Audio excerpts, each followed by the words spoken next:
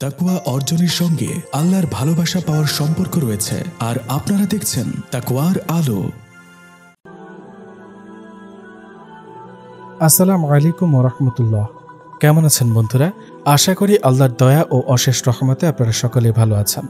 আপনাদের ভালোবাসা পেয়ে খুব শীঘ্রই নিয়ে এলাম হুজুরের প্রিয় হুজুরনি গল্পের সিজন 2।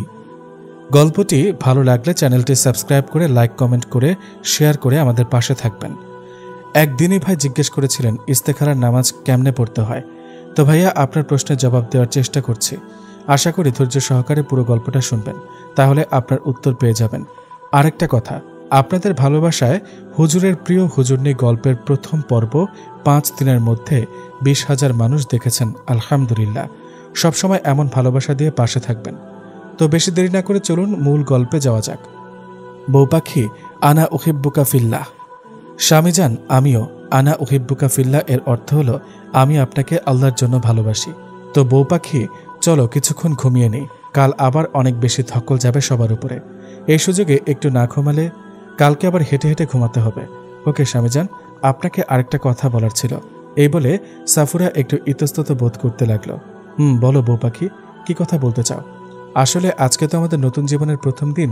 এই দিনটিকে নিয়ে আমার আরও একটা স্বপ্ন আছে। স্বপ্নটা হলো বিয়ের প্রথম রাতে আমরা দুজন একই সাথে তাহাজ্জুদ সালাত আদায় করব এবং আল্লাহর কাছে শুকরিয়া আদায় করব। এটা আমার অনেক দিনের ইচ্ছে। বউ পাখি, তুমি একদম আমার মনের কথাটাই বলেছ। আমারও অনেক স্বপ্ন দুজন মিলে একই সাথে তাহাজ্জুদে আল্লাহর কাছে অনেক কাঁদব এবং দোয়া করব। তুমি চিন্তা করো না, চলো এখন ঘুমাই। 3টার দিকে অ্যালার্ম দেব, তখন উঠে তাহাজ্জুদ সালাত আদায় করব ইনশাল্লাহ। এ বলে নাইম অজু করতে ওয়াশরুমে চলে গেল। নাইম আবার প্রতিদিন শোয়ার আগে অজু করে নেয়, সেটা তার নিত্যদিনের আমল। এতে অনেক ফজিলত আছে, যার ফলে নাইম একদিনও সে আমল মিস করতে চায় না। এদিকে সাফুরা পড়ল বিপাকে। সে ভাবছে, আল্লাহ, কি হবে, আমি কেমনে শোবো ওনার সাথে? আজই তো প্রথম কোনো পুরুষ মানুষের সাথে এক বিছানায় শোয়া। সাফুরার মনে অনেক ভয় করছে, কেমন যেন একটা ভয় লাগছে ওর মনে। অজানা এক অনুভূতি তাকে গ্রাস করছে। সেই অনুভূতির নামটা সাফুরার অজানা। সে মনে মনে আল্লাহকে স্মরণ করতে লাগলো, ইয়া আল্লাহ, বাঁচাও। কি হবে এখন, কিছু মাথায় আসছে না। একটু পর নাইম বের হয়। সাফুরাকে পায়চারি করতে দেখে নাইম বলল, কি হলো বউ পাখি, এরকম পায়চারি করছো কেন? সাফুরা আমতা আমতা করতে লাগলো। তারপর নাইম বলল, আচ্ছা পরে বলো, আগে গিয়ে অজু করে আসো। রাতে অজু করে শোয়ার মধ্যে অনেক ফজিলত আছে। সাফুরা কিছু বলল না, সে চুপচাপ চলে গেল ওয়াশরুমে। নাইম সাফুরের দিকে তাকিয়ে মুচকি হাসল। সে বুঝতে পেরেছে যে সাফুরা কেন এত পায়চারি করছে, কারণ সে যে সাফুরার মনের কথা বুঝতে পারে, সেই যোগ্যতাটা নাইম অর্জন করতে পেরেছে। অতঃপর সাফুরা বের হলো 5 মিনিট পর। নাইম বলল, বউ পাখি, তুমি মনে হয় একটু আনইজি ফিল করছো। আজকে প্রথম দিন বিথায় তুমি বললে আমি সোফায় গিয়ে শুয়ে যাব। এ কি, না না, আমাকে এত বড় গুনাহের ভাগিদার বানাবেন না। সমস্যা নেই, দুজন এক বিছানায় শুতে পারবো ইনশাল্লাহ। সারা জীবন তো একসাথে থাকতে হবে ইনশাল্লাহ। তাহলে আজকে পারবো না কেন? আচ্ছা বউ পাখি, তাহলে শুয়ে যাও, মাত্র 2 ঘন্টা ঘুমাতে পারবে। এই বলে দুজন শুয়ে গেল। নাইম বাতি বন্ধ করে দিল এবং ডিম লাইট জ্বালিয়ে দিল। এমন সময় 12টা 50 মিনিট। চারিদিকে নিস্তব্ধতা বিরাজ করছে। পুরো রুম জুড়ে একজোড়া দম্পতির নিঃশ্বাসের আওয়াজ শোনা যাচ্ছে এবং মাঝে মধ্যে ঝিঝি পোকার ডাক ভেসে আসছে। এ সময় পুরো পৃথিবী তাদের নিজ ঘুমে আচ্ছন্ন হয়ে আছে। জেগে আছে একজোড়া দম্পতি। তাদের চোখে হাজারো স্বপ্ন। তারা নিজেদের মধ্যে যে যার মতো করে স্বপ্ন বুনছে। নীরবতা ভেঙে নাইম বলল, বউ পাখি, একটা কথা বলি। বলেন। আমি তো একান্ত আপনার কথাই শুনতে চাই। আচ্ছা, আমি ভাবছি আমরা এখন সন্তান নেব না। এই কথা বলা মাত্রই নাইম খেয়াল করল সাফুরা ভীষণ লজ্জা পেয়েছে। মৃদু ডিম লাইটের আলোতে সাফুরার লজ্জা মাখা মুখটা দেখতে নাইমের বেশ লাগছিল। মৃদু ডিম লাইটের আলোয় যেন সাফুরার সৌন্দর্যকে আরো দ্বিগুণ করে তুলেছে। সাফুরা লজ্জায় গুটিসুটি হয়ে গেছে। সাফুরা নাইমের মুখ থেকে মোটেও এই কথাটা আশা করেনি, যার ফলে হঠাৎ বলাতে সাফুরা অনেকটা লজ্জা পেল। নাইম তো অপলক দৃষ্টিতে সাফুরার পানে চেয়ে রইল। একটু পর নাইমের হুঁশ এলো। নাইম আবার বলল, কারণ তোমার লেখাপড়া এখনো শেষ হয়নি। 2 মাস পর তোমার ফাইনাল পরীক্ষা। তারপর তুমি দাওরায়ে হাদিস পড়বা। তখন তো মাদ্রাসায় থাকতে হবে। আর তাছাড়া আমারও লেখাপড়া কিছু বাকি আছে। সেজন্য সব দিক বিবেচনা করেই এই সিদ্ধান্তটা নিলাম। এখন এতে তোমার মতামতটা জরুরি। সাফুরা কি বলবে বুঝে আসছে না। এই মুহূর্তে তার মাথা কাজ করা বন্ধ করে দিচ্ছে, যার ফলে সে কি বলবে তা আয়ত্তে আনতে পারছে না। সাফুরা আমতা আমতা করতে লাগলো। নাইম বলল, আমি কিন্তু তোমাকে প্রথমেই বলে দিয়েছি যে আমি তোমার স্বামী হওয়ার আগে তোমার বন্ধু হতে চাই। সেটা এজন্যই বলেছে কারণ দুজন দুজনাকে সব কথা যেন নির্দ্বিধায় বলতে পারি। এতে আমাদের দুজনের পক্ষে যে কোনো সিদ্ধান্ত নিতে সহজ হবে ইনশাল্লাহ। সে তুলনায় বোঝা যায় তুমি মনে হয় আমাকে বন্ধু বানাতে পারো নাই। সাফুরা বলল, না না, সেরকম কিছু না, আসলে একটু নার্ভাস ফিল করছি। সমস্যা নেই, তুমি আমাকে বলতে পারো। আচ্ছা, একটা কথা ভেবে দেখো যে আল্লাহ চাইলে আমরা সারা জীবন একসঙ্গে বাঁচব এবং একই সঙ্গে মরব। তো এর মাঝে যে সময়টুকু আমরা একসাথে বাঁচব সেটা তো একজন অপরজনকে বুঝে শুনেই বাঁচতে হবে, তাই না? তাই জান পাখি, আজকে থেকে আমাকে কথা দাও, আমরা আগে বন্ধু হব, তারপর স্বামী স্ত্রী। সাফুরা বলল, আচ্ছা, আজকে থেকে আপনি যেমন বলবেন তেমনটাই হবে ইনশাল্লাহ। আগে আমার লেখাপড়াটা শেষ করতে হবে ইনশাল্লাহ। জানেন, আমার না ছোট থেকে হাফেজা এবং আলেম হওয়ার অনেক ইচ্ছা ছিল। হাফেজা হয়েছে আলহামদুলিল্লাহ।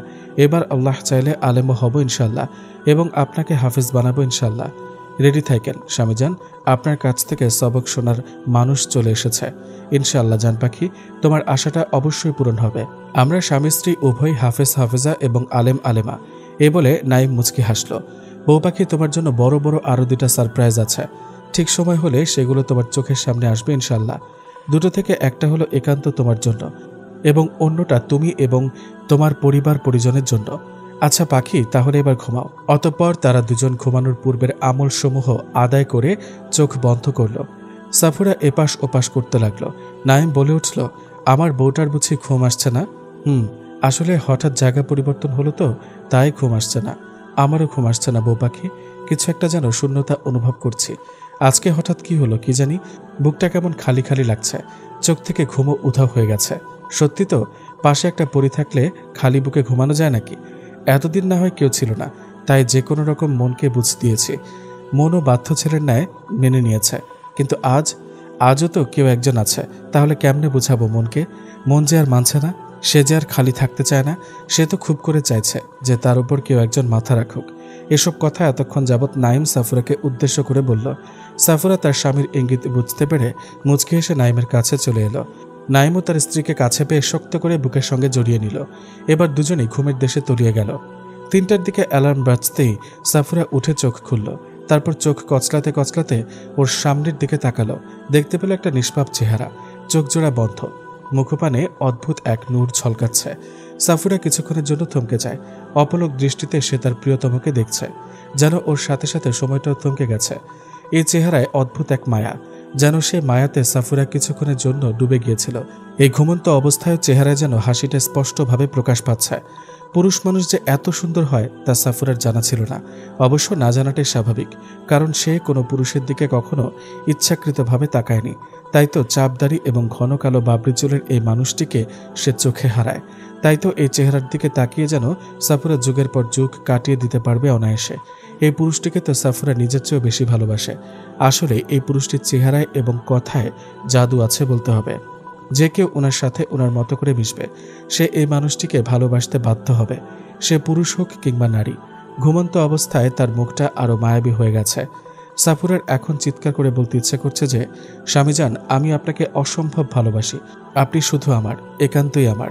সে যেন পৃথিবীবাসীকে জানিয়ে দিতে চায় যে এই পুরুষটি শুধু তার। কেউ যেন কখনো এই পুরুষটিকে তার কাছ থেকে দূরে সরিয়ে দেওয়ার দুঃসাহস না করে। এতক্ষণ যাবৎ সাফুরা তার প্রিয় স্বামীর মুখপানে তাকিয়ে এসব কথা ভাবছে। আচমকা নাইম চোখ খুলে তাকায়। সাফুরার সাথে সাথে থতমত খেয়ে যায়, একটু লজ্জাও পায় সে। নাইম ভ্রু কুঁচকে বলল, চুরি করে এভাবে অপলক দৃষ্টিতে তাকিয়ে থাকা অন্যায় নয় কি? সাফুরা আমতা আমতা করতে লাগলো। না, মানে এমনি দেখছিলাম। সাফুরা লজ্জিত কণ্ঠে নিচু স্বরে বলল, ঘুমন্ত অবস্থায় আপনার মুখখানা এত মায়াবী দেখাচ্ছিল যে আপনাকে না দেখে পারলাম না। ওমা, তাই নাকি পাখি? আজ পর্যন্ত আমাকে এমন করে কেউ বলেনি গো বউ পাখি। আর তোমায় কে বলেছে যে আমি ঘুমিয়েছিলাম? মানে আপনার কথা আমি বুঝি নাই। মানেটা খুব সোজা, আসলে আমি তোমার আগেই ঘুম থেকে উঠেছি। তারপর তুমি যখন উঠতেছো ঠিক তখনই আমি আবার ঘুমের ভান ধরি। মনে মনে বললাম, দেখি আমার পাখিটা আমার ঘুমের সুযোগটা নিতে পারে কিনা। দেখতে চেয়েছিলাম তুমি কি করো। সাফুরা সামান্য রাগী ভাব নিয়ে বলল, কি? তার মানে আপনি আমার সাথে চিটারি করেছেন? আরে এইটাতে চিটারি কই আছে? তো চিটারি না, আপনি আগে ঘুম থেকে উঠলেন কিন্তু আপনি না উঠে ঘুমের ভান করলেন, এটা কি ঠিক? ওমা, আজকে যদি আমি উঠে যেতাম তাহলে তো কেউ একজন আমাকে এত কাছ থেকে দেখতে পেত না। আচ্ছা, ওসব কথা বাদ দেন, চলেন এখন তাহাজ্জুদ সালাত আদায় করব ইনশাল্লাহ।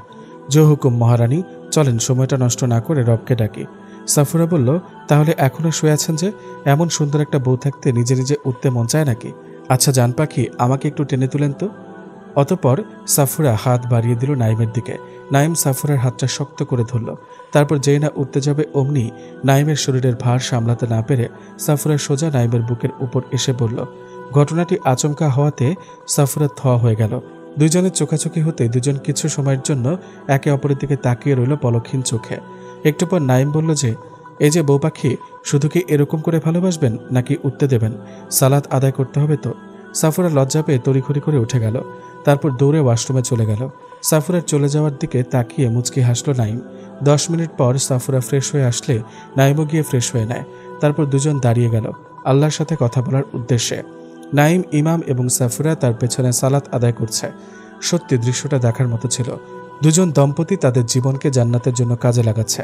আল্লাহকে রাজি খুশি করার উদ্দেশ্যে তারা নিজেদের ঘুম বিসর্জন দিয়েছে। মানুষ যখন নাকি সালাত আদায় করে তখন নাকি স্বয়ং আল্লাহর সাথে কথা বলে। আলহামদুলিল্লাহ, আমরা মুসলিম হিসেবে অনেক গর্বিত। আমরা আমাদের রবের সাথে কথা বলতে পারি। তাহাজ্জুদ সালাতের ফজিলত অপরিসীম। যেমন রাতের 3 ভাগের শেষ তৃতীয়াংশে নাকি আল্লাহ তাআলা শেষ আসমানে চলে আসে এবং বলে, বান্দা তোমরা কে কোথায় আছো? আমাকে ডাকো, আমি তোমাদের ডাকে সাড়া দেব। তোমরা আমার কাছ থেকে তোমাদের হায়াত চাও, তোমাদের রিজিক চাও, আমি তোমাদেরকে দেব। আমার কাছ থেকে গুনাহ ক্ষমা চাও, আমি গুনাহসমূহ ক্ষমা করে দেব। বান্দা আল্লাহর কাছে সে সময় যেটা প্রার্থনা করে আল্লাহ তার প্রিয় বান্দাকে তা দান করে থাকেন নিঃসন্দেহে। আল্লাহ রহিম, রহমান, গফফার, সত্তার, মালিক, খালিক এই নামগুলো কি এমনি এমনি হয়েছে? না, এমনি এমনি হয়নি। আল্লাহ যেটা বলেন সেটা অবশ্যই করেন। অবশেষে দুজনেই সালাত শেষ করে আল্লাহর নিকট কিছুক্ষণ কান্নাকাটি করে দোয়া চাইল। সাফুরা বলল, ইয়া রব, ইয়া মালিক, আপনি আপনার বান্দা বান্দিনীর মনের সকল আশা আকাঙ্ক্ষা সম্পর্কে সম্পূর্ণ অবগত। ইয়া আল্লাহ, আপনার ইচ্ছে হয়েছে বলে আজ আমরা একে অপরের ভালোবাসার বন্ধনে আবদ্ধ হতে পেরেছি। আপনি তো সবকিছু জানেন। আপনি আমার মনের সকল আশা আকাঙ্ক্ষা পূরণ করে দিন। আমার স্বামীকে আমার জন্য কল্যাণকর বানিয়ে দিন। আমাকেও আমার স্বামীর জন্য কল্যাণকর বানিয়ে দিন। আপনি তো রহিম, আপনি রহমান, আপনি আমাদের মালিক। আপনার কাছে ভিক্ষা চাইছি মালিক। আপনি আমার পরিবারকে সকল বালা মুসিবত থেকে হেফাজত করুন। আমার শ্বশুর শাশুড়িকে নেক হায়াত দান করুন। আমি যেন সবসময় আমার স্বামী এবং শ্বশুর শাশুড়ির খেদমতে সদা নিজেকে নিয়োজিত রাখতে পারি, সেই তৌফিক দিন। ইয়া আল্লাহ, আমার এবং আমার স্বামীর সকল গুনাহগাতা মাফ করে দিন। আপনার কাছে তো ভিক্ষা চাইব মালিক, আপনি ছাড়া যে আপনার এই গুনাহগার বান্দিনীর আর কেউ নেই। ইয়া আল্লাহ, আপনি আমার স্বামীকে নেক হায়াত দান করুন। এরকম আরও কিছুক্ষণ আল্লাহর কাছে দোয়া করতে লাগলো। দোয়া শেষ করে বসল দুজন। একটু পর আজানের সুমধুর সুর ভেসে আসতেই নাইম চলে গেল মসজিদে। নাইম নামাজে যাওয়ার সময় সাফুরার কপালে আলতো করে তার ভালোবাসার পরশ এঁকে দিল। এতে সাফুরা অনেকটা খুশি হলো। সাফুরাও মুচকি হেসে তার প্রিয় স্বামীর কপালে অতি যত্ন সহকারে একটি চুমু এঁকে দিল। সাফুরার এইটা ভেবে ভালো লাগলো যে তার স্বামী প্রিয় নবী হজরত মুহাম্মদ মুস্তাফা সাল্লাল্লাহু আলাইহি সাল্লামের সুন্নাহ সমূহ অতি মাধুর্যের সাথে আদায় করে। একজন নারী তার ভালোবাসার মানুষের কাছ থেকে এর থেকে বেশি আর কী বা আশা করতে পারে? অতঃপর সাফুরা ফজরের সালাত আদায় করে কোরআন মাজিদ নিয়ে বসল। নাইম সালাত আদায় করে মসজিদ থেকে চলে আসলো। দরজার কাছে আসতেই তার পা জোড়া আপনা আপনি থেমে গেল। অস্পষ্ট স্বরে বলে ফেলল, মাশাআল্লাহ, কি সুমধুর তেলাওয়াত। সাফুরা খুব সুন্দরভাবে কোরআন তেলাওয়াতে মগ্ন হয়ে আছে। নাইম যে কখন এসে দরজার কাছে দাঁড়িয়েছে তা সাফুরার দৃষ্টিগোচর হলো না। সে এক মন এক ধ্যানে কোরআন তেলাওয়াতে ব্যস্ত। নাইম অত্যন্ত মনোযোগ সহকারে সাফুরার তেলাওয়াত শুনছে। একটু পর সাফুরা কারো উপস্থিতি টের পেয়ে তেলাওয়াত বন্ধ করে দরজার দিকে তাকালো। নাইম গুটিসুটি পায়ে সাফুরার কাছে আসলো এবং বলল, মাশাআল্লাহ পাখি, তোমার তেলাওয়াত তো অনেক সুন্দর। আমি মুগ্ধ হয়েছি তোমার সুমধুর তেলাওয়াতে। আমি এসে মনে হয় তোমার তেলাওয়াতে ব্যাঘাত ঘটালাম? না না, তেমন কিছু না স্বামীজান, আপনি আসছেন তাতে আমার আরো খুশি লাগছে। নাইম আলতো করে সাফুরার কোলে মাথা রেখে শুয়ে গেল। তারপর বলল, পাখি এবার তেলাওয়াত করো। আমি তোমার কোলে মাথা রেখে তেলাওয়াত শুনবো। এটাও আমার নবীজির সুন্নাহ। উম্মুল মুমিনিন হযরত মা আয়েশা রাদিয়াল্লাহু তাআলা আনহা যখন কোরআন তেলাওয়াত করতেন তখন আমাদের প্রিয় নবী হযরত মুহাম্মদ মুস্তাফা সাল্লাল্লাহু আলাইহি ওয়াসাল্লাম মা আয়েশার কোলে মাথা রেখে উনার তেলাওয়াত শুনতেন। সুবহানাল্লাহ, মাশাআল্লাহ, কতই না সুন্দর ছিলেন তাদের ভালোবাসা। আচ্ছা পাখি, বলো তো পৃথিবীতে সবচাইতে রোমান্টিক ব্যক্তি কে ছিলেন? উত্তরে সাফুরা বলল, প্রিয় নবী হযরত মুহাম্মদ সাল্লাল্লাহু আলাইহি ওয়াসাল্লাম পৃথিবীর সবচেয়ে সুন্দর এবং রোমান্টিক ব্যক্তি ছিলেন এবং সেই সাথে সবচেয়ে কেয়ারিং হাজবেন্ডও ছিলেন। ওনার সাথে কারো তুলনা হয় না, তিনি অতুলনীয়। পাখি, একদম ঠিক বলেছ। নিঃসন্দেহে উনার পরে তারাই হবে পৃথিবীর শ্রেষ্ঠ রোমান্টিক এবং সুন্দর ব্যক্তি, যারা উনার দেখানো পথ অনুসরণ করবে এবং উনার সুন্নাহ অনুযায়ী জীবন পরিচালনা করবে। পাখি, আমিও উনার দেখানো পথ অনুসরণ করে উনার মতো চরিত্রের একজন আদর্শ ব্যক্তি হতে চাই। এতে তুমি একমাত্র আমাকে সাহায্য করতে পারবে। পাখি, তুমি কি আমার জন্য সেরকম একজন জীবন সঙ্গিনী হবে যেরকম উম্মুল মুমিনিন হজরত মা আয়েশা রাদিয়াল্লাহু তাআলা আনহা রাসূলুল্লাহ সাল্লাল্লাহু আলাইহি ওয়াসাল্লামের জন্য হয়েছিল? ইনশাআল্লাহ স্বামীজান, অবশ্যই। কেন নয়, আপনি আমার জন্য রাসূলুল্লাহ সাল্লাল্লাহু আলাইহি ওয়াসাল্লামের আদর্শ হয়ে যান, আমিও আপনার জন্য হযরত মা আয়েশা রাদিয়াল্লাহু তাআলা আনহা এর আদর্শ হয়ে যাব ইনশাআল্লাহ। ওকে, তাহলে পাখি, আমায় এখন তেলাওয়াত শোনাও দেখি। আমি তোমার কোলে মাথা রেখে তেলাওয়াতের স্বাদ নিতে চাই। তারপর সাফুরা পুনরায় বিসমিল্লাহ পড়ে তেলাওয়াত শুরু করল। নাইম তার প্রিয়তমার কোলে মাথা রেখে তেলাওয়াত শুনছে আর মুগ্ধ হচ্ছে। আধ ঘন্টা পর সাফুরের তেলাওয়াত শেষে সে যখন উঠতে যাবে তখন খেয়াল করে তার প্রিয় স্বামী তার কোলে মাথা রেখে তেলাওয়াত শুনতে শুনতে ঘুমিয়ে পড়েছে। সাফুরা উঠতে যেয়ে উঠল না। কি নিষ্পাপ চেহারাটা! সাফুরা কিছুক্ষণ সেই মায়াবী চেহারার পানে চেয়ে আছে। আজ যেন তার মনে পণ করেছে যে অপলক দৃষ্টিতে তাকিয়ে থাকবে নিষ্পাপ চেহারার দিকে। থাক না, সে একটু মন ভরে দেখে নিক তার প্রিয় স্বামীজানকে। এই দেখাতে তো কোনো পাপ নেই কোনো বিরক্তি, থাকবে না কোনো গুনাহ হওয়ার ভয়, আছে তো শুধু ভালোবাসা, যে ভালোবাসাটা শুধু জন্ম নেয় মহান রবের পক্ষ থেকে। এই মন যেন আজ সাফুরের কথা কিছুতেই শুনবে না। এরকম কেটে গেল প্রায় 1 ঘন্টা। সে এখনও এক চুল পরিমাণ নড়াচড়া করেনি, কেননা সে একটু নড়াচড়া করলেই তার প্রিয় স্বামীজানের যে ঘুম ভেঙে যাবে সে ভয়ে। এখনও সে পলকহীন চোখে তাকিয়ে আছে তার স্বামীর মুখপানে। এভাবে আরও 10 মিনিট কেটে গেল। নাইম একটু আধটু চোখ খুলছে। তারপর সাফুরার এক হাতে নাইমের মাথায় হাত বুলিয়ে দিতে দিতে বলল, প্রিয় স্বামীজান, আপনার ঘুম কি ভেঙেছে?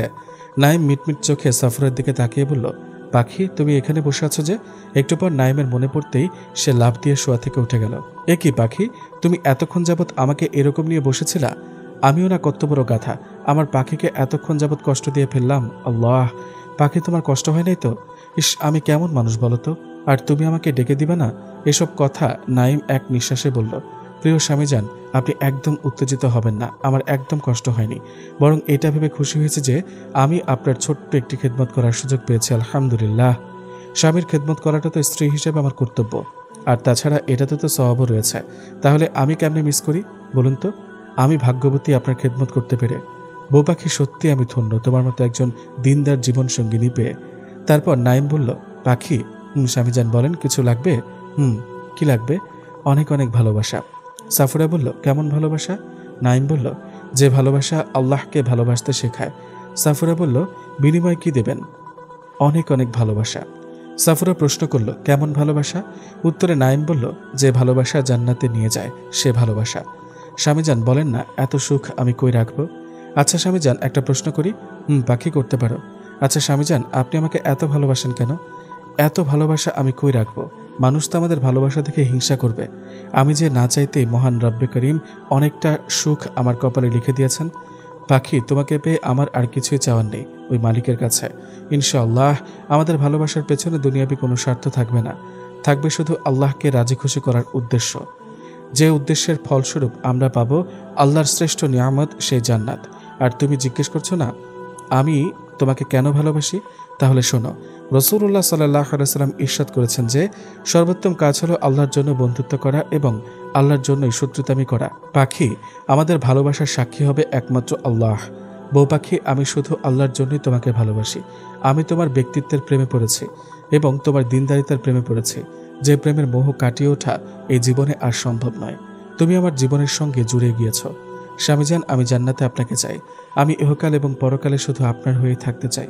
ওই প্রিয় স্বামীজান, আমাকে এইভাবে সারা জীবন ভালোবাসবেন? রাখবেন কি সারা জীবন আগলে? দেবেন কি আপনার বুকে ঠাই? আমি যে আপনাকে ছাড়া অসম্পূর্ণ, আমি যে আপনার প্রতি ভীষণভাবে আকৃষ্ট হয়েছি। এই একদিনে আমি যে আপনাকে বড্ড বেশি ভালোবেসে ফেলেছি। আপনার মাঝে কি এমন আছে যেটা আমাকে আপনার কাছ থেকে 1 সেকেন্ডের জন্য দূরে থাকতে দেয় না? স্বামীজান, আমি সারা জীবন আপনার পাগলি হয়ে থাকতে চাই। এসব কথা সাফুরা খুব আবেগ মিশ্রিত কণ্ঠে বলল। নাইম বলল, পাখি, তুমি হলে আমার রানী, যদিও আমি রাজা নই, কিন্তু আমি তোমাকে রানীর চেয়ে কোনো অংশে কম রাখবো না ইনশাল্লাহ। তুমি সবসময় আমার বুকেই থাকবে। তারপর নাইম ছন্দ মিলিয়ে বলল, তোমায় আমি রেখেছি মনের ঘরে, কেউ নিতে পারবে না তোমাকে চুরি করে। থাকবে তুমি সারা জীবন আমার সাথে, জান্নাতে যাব দুজন একই সাথে। মাশাআল্লাহ, প্রিয় স্বামীজান, আপনি তো অনেক সুন্দর করে কথা বলতে পারেন। আপনি কি আগে কবি ছিলেন নাকি? না গো পাখি, আমি কোনো কবি নই, তবে তুমি চাইলে আমি তোমার জন্য সবকিছু হতে রাজি। না গো স্বামীজান, আমি আপনাতে অনেক খুশি। আপনি শুধু আমার মহারাজ হয়ে থাকেন গো স্বামীজান।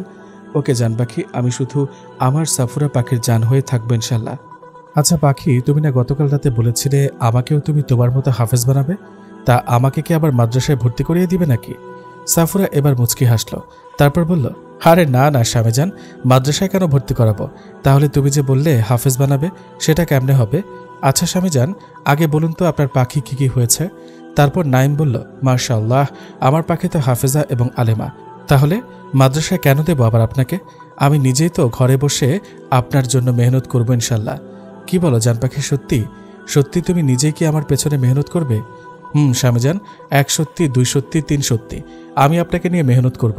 খুব শীঘ্রই আপনাকে একজন দক্ষ হাফেজ হিসেবে গড়ে তুলব ইনশাল্লাহ। সত্যি পাখি, আমার আজ অনেক খুশি লাগছে, যেটা কাউকে বলে বোঝাতে পারবো না। আচ্ছা পাখি, এবার চলো আমরা নিচে যাই, দেখি সবাই কি করছে। আজকে আবার তোমার বাড়ি থেকে বাবা মায়েরা আসবেন। নাস্তা সেরে আমার আবার চলে যেতে হবে কমিউনিটি সেন্টারে, যদিও বা ভাইয়া এবং আমার বন্ধুরা সবাই সেখানে আছে। বাবাকে রাতে চলে আসতে বলেছিলাম, আসছে কিনা জানি না। আচ্ছা স্বামীজান, চলেন তাহলে নিচে গিয়ে সবার সাথে পরিচিত হয়ে আসি।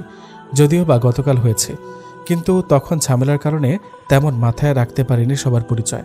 চলো তাহলে যাওয়া যাক। এই বলে দুজনেই রুম থেকে বের হয়ে হাঁটা ধরল গন্তব্যের দিকে।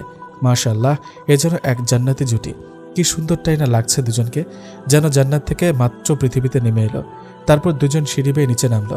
ওদের দুজনকে সিঁড়ি দিয়ে নামতে দেখে নাইমা দৌড়ে এলো তাদের কাছে এবং বলল, আসসালামু আলাইকুম ওরহমতুল্লাহ, কেমন আছেন প্রিয় ভাবি, বান্ধবী? সাফুরা আর চোখে নাইমের দিকে তাকিয়ে সালামের জবাব দিল, আলহামদুলিল্লাহ ভালো আছি, আপনি কেমন আছেন? ভাবি, আমি আগেই বলে দিই, আমাকে আপনি করে না বলে তুমি করে বলবেন। আচ্ছা ঠিক আছে, তাই হবে। এবার বলো তুমি কেমন আছো? আলহামদুলিল্লাহ আলা কুল্লি হাল। ভাবি, নাইম বুঝতে পেরে বলল। নাইমার মুখ থেকে ভাবি বান্ধবী ডাকটা শুনে একটু অবাক হচ্ছ? সাফুরা বলল, আসলে ও তো সেই কখন থেকে বলে বলে আমার মাথা খেয়ে ফেলেছে, আমার একটা বান্ধবীর মতো ভাবি লাগবে। শেষমেশ ওকে বান্ধবীর মতো ভাবি এনে দিলাম, সেজন্য ও তোমাকে ভাবি বান্ধবী ডেকেছে। আচ্ছা ভাইয়া, শরত, তোমার সাথে এখন কোনো কথা নাই, সাইড দাও তুমি, আমি আমার বান্ধবীকে নিয়ে যাই, এখন তোমার বেল শেষ। আরে আরে, এতে দেখি সরাসরি পোল্টি খেয়েছে। নতুন মানুষ পেয়ে এখন আমার কোনো দাম নেই? আমি এনে দিলাম, আবার এখন আমাকে বলে আমার নাকি দাম নেই। আচ্ছা দাঁড়া, আমার বিল্লি আমাকে মিয়াও। নাইমা সাফুরের হাত ধরে টানতে টানতে নিয়ে যাচ্ছে এবং বলছে, আচ্ছা ভাইয়া, এখন তোমার বকবক বন্ধ করো তো। সাফুরাকে নিয়ে চেয়ারে বসিয়ে দিল এবং সবাইকে ডাকলো, মা, বাবা, ফুপি, খালামণি, বড় ভাবি, তোমরা কে কোথায়? তাড়াতাড়ি আসো, আমার নতুন ভাবি নিচে এসেছে। তারপর সবাই মিলে কিচেন রুম থেকে বেরিয়ে আসলো। সাফুরার সাথে সাথে দাঁড়িয়ে সবার সাথে কুশল বিনিময় করলো এবং পুনরায় সবার সাথে পরিচিত হয়ে নিল। সবাই আসলেও বড় ভাবিকে দেখা গেল না, কারণ এখানে নাইম ছিল, সেজন্য সে আসেনি। একটু পর তালুকদার সাহেব নিচে আসলো। সাফুরা সালাম দিল, আসসালামু আলাইকুম ওরহমতুল্লাহ, কেমন আছেন বাবা? তালুকদার সাহেব সালামের জবাব দিল, ওয়ালাইকুম আসসালাম ওরহমতুল্লাহ, আলহামদুলিল্লাহ ভালো আছি, তুমি কেমন আছো মা? আলহামদুলিল্লাহ আব্বু, আমি অনেক ভালো আছি। আব্বু নাস্তা করেছেন? না রে মা, তোমার সাথে একসঙ্গে করার জন্য বসেছিলাম, এখন তুমি এসেছো, তোমার সাথে নাস্তা করবো ইনশাল্লাহ। ওনারা বউ শ্বশুর মিলে গল্প করছে, পাশে নাইমও বসেছে, বাকিরা সবাই কিচেন রুমে গেছে। সাফুরা খেয়াল করল তার শাশুড়ি মায়ের চেহারাটা কেমন যেন অন্ধকার হয়ে আছে। সে বলল, বাবা আপনারা বসেন, আমি একটু আসছি। এ বলে সাফুরা উঠে কিচেন রুমের দিকে হাঁটা ধরল। তারপর কিচেন রুমে সোজা গিয়ে তার শাশুড়ি মাকে জড়িয়ে ধরল। তারপর বলতে শুরু করলো, আম্মু, আপনি কি আমার উপর রেগে আছেন? আপনার মুখটা অন্ধকার করে রেখেছেন কেন? আমি আসছি, আপনার তো আর খুশি হওয়ার কথা, নাকি আপনি আমাকে পর ভাবছেন? তারপর সাফুরাকে ছাড়িয়ে ঝর্ণা বেগম বলল, এ কি, না না মা, আমি তোমার উপর রাগও করিনি এবং তোমায় পরও ভাবছি না। তাহলে আম্মু আমাকে এড়িয়ে যেতে চাইছেন যে? অবশ্য আমি একটু আজ করতে পারছি, আপনি কিছু একটা বিষয় নিয়ে চিন্তিত আছেন। মা, আপনি যেটা নিয়ে চিন্তা করছেন, আল্লাহ যদি চান তাহলে সেটা কোনোদিন হবে না ইনশাল্লাহ। আপনি হয়তো ভাবছেন আপনি তো নাইমের আপন মানা, সেজন্য আমি কোনো সময় এটা নিয়ে কোনো রকম কটু কথা বলবো এমন ভাবছেন। যদিও বা কারো সম্পর্কে না জেনে তার মনের কথাটা ব্যাখ্যা করা ভালো না, তারপরেও আমি যতটা খেয়াল করেছি আমার সেটাই মনে হয়। আম্মু, আমি যেটা বলছি আপনি কি সেটা নিয়ে চিন্তিত? ঝর্ণা বেগম আমতা আমতা করতে লাগলো। তারপর সাফুরাকে জড়িয়ে ধরে কান্নায় ভেঙে পড়ল। সাফুরা সান্ত্বনা দিয়ে বলল, আম্মু, আপনি একদম চিন্তা করবেন না, আপনার ছেলে কাল রাতে আমাকে আপনার ব্যাপারে সব বলেছেন। আপনার প্রতি আমাদের কারো কোনো অভিযোগ নেই, বরং আমরা সবাই আপনার প্রতি কৃতজ্ঞ। এবার ঝর্ণা বেগমের কান্না একটু শান্ত হলে সাফুরা তাকে ছাড়িয়ে এবার বলতে শুরু করল, আপনাকে কি আপনার সন্তানেরা কোনোদিন আপনি তাদের সৎমা সেটা নিয়ে অভিযোগ করেছে, নাকি আপনার সন্তানেরা আপনার সাথে সৎ সন্তানের আচরণই করেছে? না না মা, ও কথা কোনোদিন মুখেও নিও না। আমিও ওদেরকে কোনোদিন বুঝতে দেইনি যে আমি ওদের আপন মা নই, বরং ওরাও কোনোদিন বুঝতে দেয়নি যে তারা আমার আপন সন্তান নয়। আপনি এতদিন কেমন ছিলেন তা আমি জানি না, তবে আজ থেকে আপনি আমাদের সবার কলিজার টুকরা হয়ে থাকবেন, আমাদেরকে শাসন করবেন এবং আমাদের ভুলগুলো সঠিক করে দেবেন। আপনি নিজেকে কখনো একা মনে করবেন না। আমি যতদিন বাঁচব ততদিন আপনার কিঞ্চিত পরিমাণ অসম্মানই করব না এবং কাউকে করতেও দেব না ইনশাল্লাহ। এতদিন কে কি বলল সবগুলো কান এবং মন থেকে ধুয়ে মুছে ফেলে দিন। আজকে থেকে আমি আপনার মেয়ে আর আপনি আমার মা হয়ে থাকবেন। উপস্থিত সবার চোখে জল। এতক্ষণ যাবৎ ডাইনিং রুম থেকে নাইম এবং তালুকদার সাহেব সব কথাই শুনছিল। তাদের চোখে জল দেখা যাচ্ছে, তবে আজকের কান্নাটা কারো দুঃখের কান্না নয়, সবার সুখের কান্না এটা। এবার সাফুরা তার শাশুড়ির হাত ধরে ডাইনিং রুমে নিয়ে আসলো এবং তালুকদার সাহেবের পাশের চেয়ারটা টেনে সেটাতে বসিয়ে দিল এবং সাফুরা তাদের দুজনের হাত মুষ্টিবদ্ধ করে ধরে তাদের সামনে বসে গেল। তারপর বলল, আম্মু আব্বু, আপনারা কখনো আমাকে ভুল বুঝবেন না। আমার দ্বারা কোনো ভুল হলে সেটা আপনারাই আমাকে ধরিয়ে দেবেন। আমি যথাসাধ্য আপনাদের মনের মতো করে চলার চেষ্টা করব ইনশাল্লাহ। আমার মা বাবাকে তো ও বাড়িতে রেখে এসেছি, আজ থেকে আপনারাও আমার আরও দুটো আম্মু আব্বু। আমাকে কি আপনাদের মেয়ে মনে করে রাখবেন না? এবার সাফুরাও কান্না করে দিল। পাশে বসে থাকা নাইমের চোখেও যে আজ বাদ মানছে না, তার চোখ যেন আজ অশ্রু বিসর্জন দিতে ব্যস্ত। মনে মনে আল্লাহর কাছে লক্ষ কোটি শুকরিয়া আদায় করল তাকে এরকম একটা সুন্দর চরিত্রের জীবন সঙ্গিনী দেওয়ার জন্য। তারপর তালুকদার সাহেব তার ছেলে এবং পুত্রবধূকে বুকে টেনে নিল এবং বলল, আরে দূর ভাগ্নি মেয়ে আমার, ওরকম করে বলিস না তো। তুই তো গতকাল থেকে আমার মেয়ে হয়ে গিয়েছিস। এ যেন এক জান্নাতি পরিবার। সত্যি মানুষের মন সুন্দর হলে বাকি সবকিছু সুন্দর লাগে। একটা পরিবার তখনই সুন্দর এবং সুশৃঙ্খল হয় যখন তার ভেতরে থাকা মানুষগুলোর মন মানসিকতা সুন্দর হয়। সত্যি তাদের পরিবারটা আজ পূর্ণতা পেল। তারপর ঝর্ণা বেগম এবং তালুকদার সাহেব মিলে তাদের বৌমা এবং ছেলেকে একে অপরের হাতে তুলে দেয়। তারপর ঝর্ণা বেগম বললেন, এখন কি শুধু গল্পই করবা নাকি সবাই মিলে নাস্তাও করবা? কারো কি খেয়াল আছে আমার মেয়েটা যে এখনো না খেয়ে আছে? সে কখন থেকে কান্নাকাটি করেই যাচ্ছে। আম্মু আব্বু, আপনাদেরকে আরেকটা কথা বলার আছে। বলো মা, আমরা শুনছি। আপনারা কিন্তু আজ থেকে আমাকে আর তুমি করে বলতে পারবেন না, তুই করেই বলতে হবে, আপনাদের নিজের মেয়ের মতোই। ওনারা দুজন বললেন, আচ্ছা পাগলি আমার, আজ থেকে তুই করেই বলবো ইনশাল্লাহ। এবার বস নাস্তা করতে। সবাই একসাথে বসে নাস্তা করি। তারপর সবাই নাস্তা করতে বসলো। একটু পর কলিং বেলের শব্দ এলো। তারপর কাজের মহিলা জরিনা গিয়ে দরজা খুলে দেয়। দরজা খুলে সে তড়িঘড়ি করে বলতে শুরু করলো, সাহেব সাহেব, দেখা যান কেডা আইছে। সবাই গিয়ে অবাক হয়ে গেল। আসসালামু আলাইকুম ওরহমতুল্লাহ। আম্মু আব্বু কেমন আছো তোমরা? ওয়ালাইকুম আসসালাম, আলহামদুলিল্লাহ ভালো আছি। তুই কেমন আছিস? আলহামদুলিল্লাহ, আমিও খুব ভালো আছি। সাফুরা তো বিস্ময়ের উপর বিস্ময় হতে লাগলো।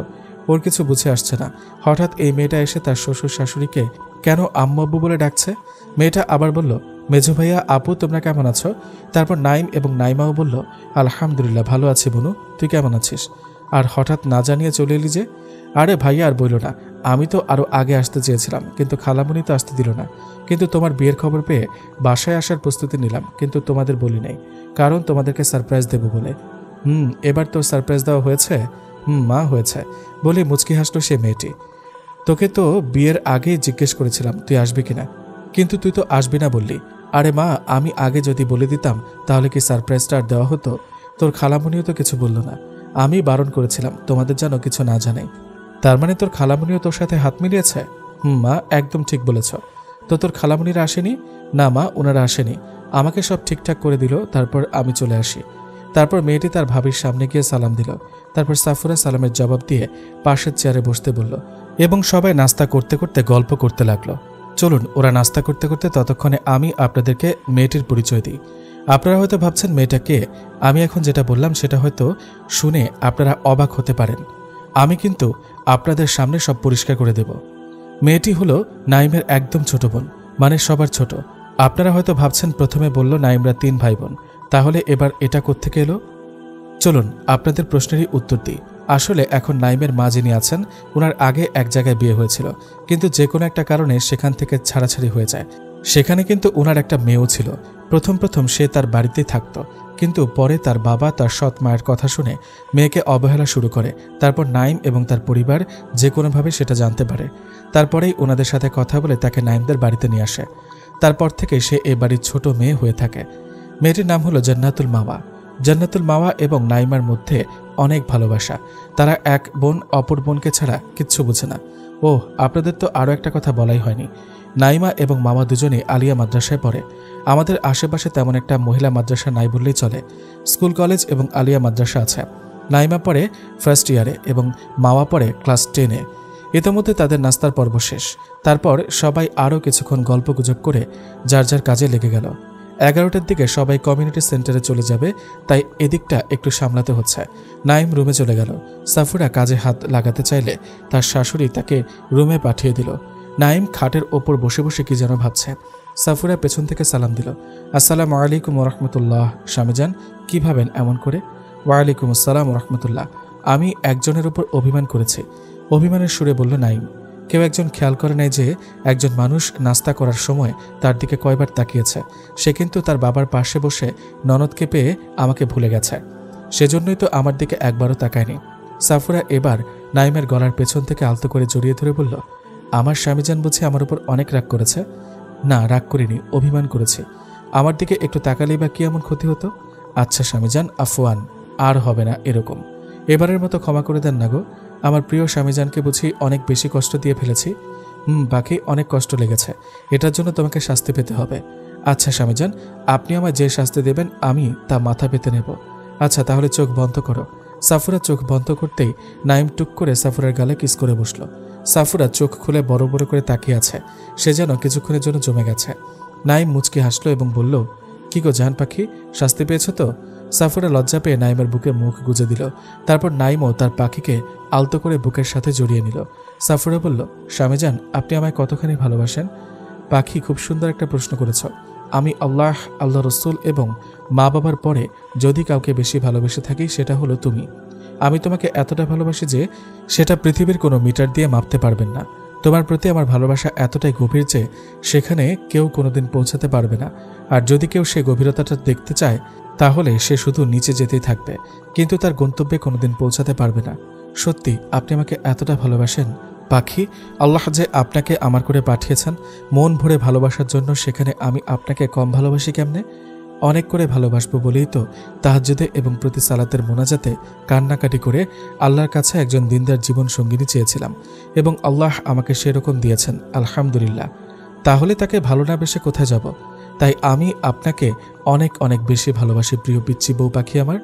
আচ্ছা স্বামীজান, আপনি আমাকে তো নাম ধরে ডাকতে পারেন, তাহলে সেটা না করে আপনি বিভিন্ন নামে ডাকেন কেন?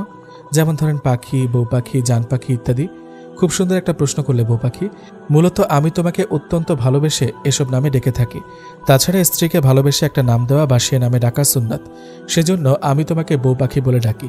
মনে নেই আমাদের প্রিয় নবী হজরত মুহাম্মদ সাল্লাল্লাহু আলাইহি ওয়াসাল্লাম মা আয়েশা রাদিয়াল্লাহু তাআলা আনহাকে কি নামে ডাকতো? স্বামীজান, মনে আছে। রাসূলুল্লাহ সাল্লাল্লাহু আলাইহি ওয়াসাল্লাম মা আয়েশা রাদিয়াল্লাহু তাআলা আনহাকে হুমায়রা নামে ডাকতো।